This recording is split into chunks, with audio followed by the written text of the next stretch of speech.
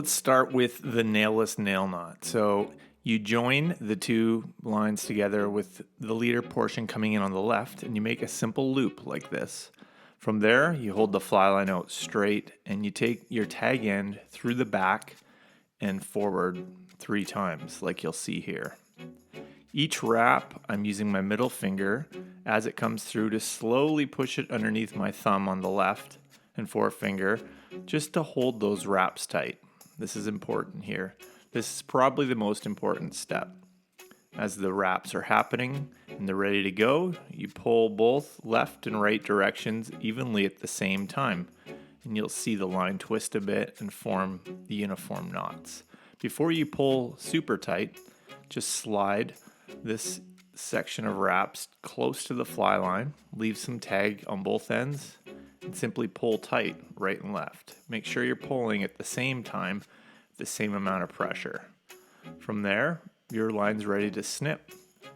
What I'll normally do here is I'll put the clippers on a 45-degree angle, kind of pointing the fly line in direction the same way with the snip tag end of the leader. Again, leaving a small tag on the mono part. That's your nailless nail knot. Now I'll move on to the double surgeon's loop, which is used to attach tippet to leader.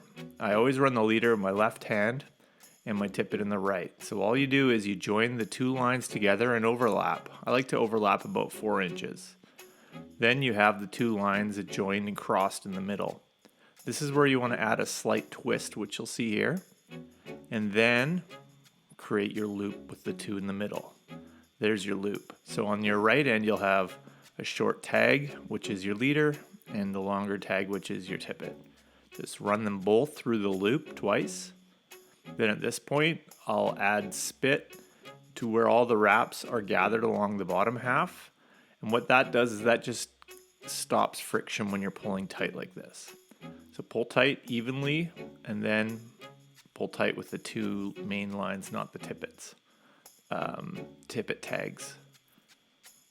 I'll gather them here. And again, I like to cut these fairly close once I've checked that the knot is secure. I've used extra, you're going to see extra waste. I've used extra waste here because it's just easier to show how to tie these knots with some extra line. Last is the loop knot, and this one's a simple 3-wrap loop knot. So you start with a simple granny knot, an overhand knot in your line before you affix the fly. So there's a regular loop knot. Now I'll slide the fly in.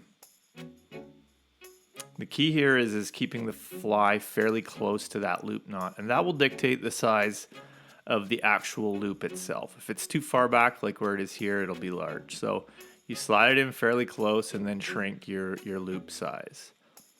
From there, switch hands, 3 wraps, grab the tag end, go through the loop once. Take your time doing this. This can be tricky. 2 times. And then last is the 3rd.